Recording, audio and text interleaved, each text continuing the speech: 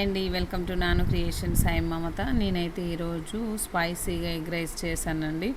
మా ఇంట్లో కూరలు నచ్చనప్పుడైనా సరే, ఇంట్లో ఏం కూర లేనప్పుడైనా సరే, స్పైసీగా తినాలి అనిపించినప్పుడు, కొంచెం చద్దన్నం ఎక్కువ ఉన్నప్పుడైనా సరే, నేనైతే వెంటనే ఎగ్ రైస్ చేసేస్తానండి.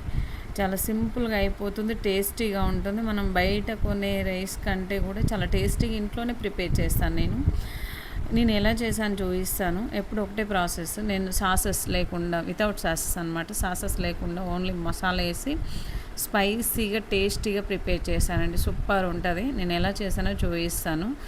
ఓకే, వీడియోలోకి అయితే వెళ్ళిపోదాము. ఫస్ట్ అయితే నేను కావాల్సినంత ఆయిల్ తీసుకున్నాను.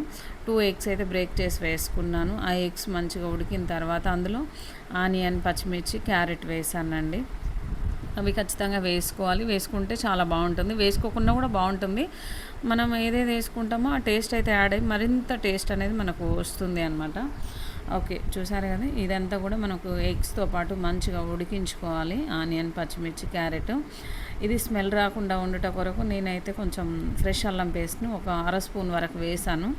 దీనికి బట్టేటట్టు బాగా మిక్స్ చేసుకుందాము. మంటను లో ఫ్లేమ్లో పెట్టుకొని మంచిగా వేయించుకోవాలి. ఎగ్ పూర్తిగా ఉడికితేనే స్మెల్ రాకుండా ఉంటుందండి. చూసారు కదా, ఆయిల్ అనేది ఈ విధంగా మనకి బురుజు వచ్చేలాగా మంచిగా ఉడికించుకోవాలి. తర్వాత నేను ఎంత క్వాంటిటీ రైస్ తీసుకుంటున్నానో అంత రైస్ అయితే ఇందులోకి వేసేస్తున్నాను. నేను ఒక్కరికే చేస్తున్నాను. ఎగ్ రైస్ అనేది ఒక్కరికి చేసుకుంటేనే, కొంచెం చేసుకుంటేనే బాగుంటుందండి. ఎందుకంటే ఈ చిన్న గిన్నెలో మరింత చేస్తే అన్నం మెత్తగా ఉంటుంది, అంత మంచిగా ఉండదు అనమాట. అందుకని చెప్పేసి నేను ఎప్పుడు చేసినా ఒక్కరికే చేస్తాను, ఒక్కరే తినేస్తారు. చూసారు కదండి, 1 కప్పు రైస్ వరకు అయితే చేస్తున్నాను. 2 ఎగ్స్, 3 ఎగ్స్ వేసుకోవచ్చు, 4 వేసుకోవచ్చు, 5 వేసుకోవచ్చు, మన ఇష్టం అండి. నేనైతే ఓన్లీ 2 ఎగ్స్ వేసాను.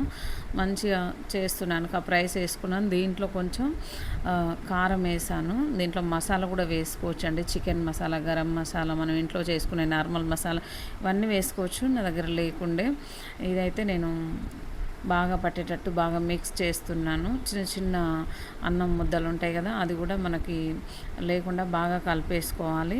టేస్ట్ సరిపడా సాల్ట్ వేసాను. ఆల్రెడీ ఎగ్గులో కూడా వేసాను.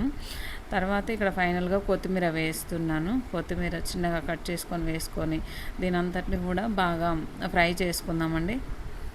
ఈ రైస్ అనేది నేను ఎప్పుడు చెప్తుంటానండి, ఎగ్ రైస్ చేస్తే ఇన్ని వేస్తే ఒక టేస్ట్ వస్తుంది, మనం రైస్ని ఫ్రై చేస్తే ఒక టేస్ట్ వస్తుందండి. మంటను హై ఫ్లేమ్లో పెట్టుకొని ఒక 10 నిమిషాలు ఒక రైస్కి ఒక రైస్ అంటుకోకుండా ఉండాలి అనమాట. అట్లా ఫ్రై చేయాలి. అట్లా ఫ్రై చేస్తే మస్తు టేస్ట్ ఉంటుంది, చాలా బాగుంటుంది. నేను అలా చేస్తాను. హై ఫ్లేమ్లో పెట్టుకొని మంచిగా వేయించుకోవాలి అండి.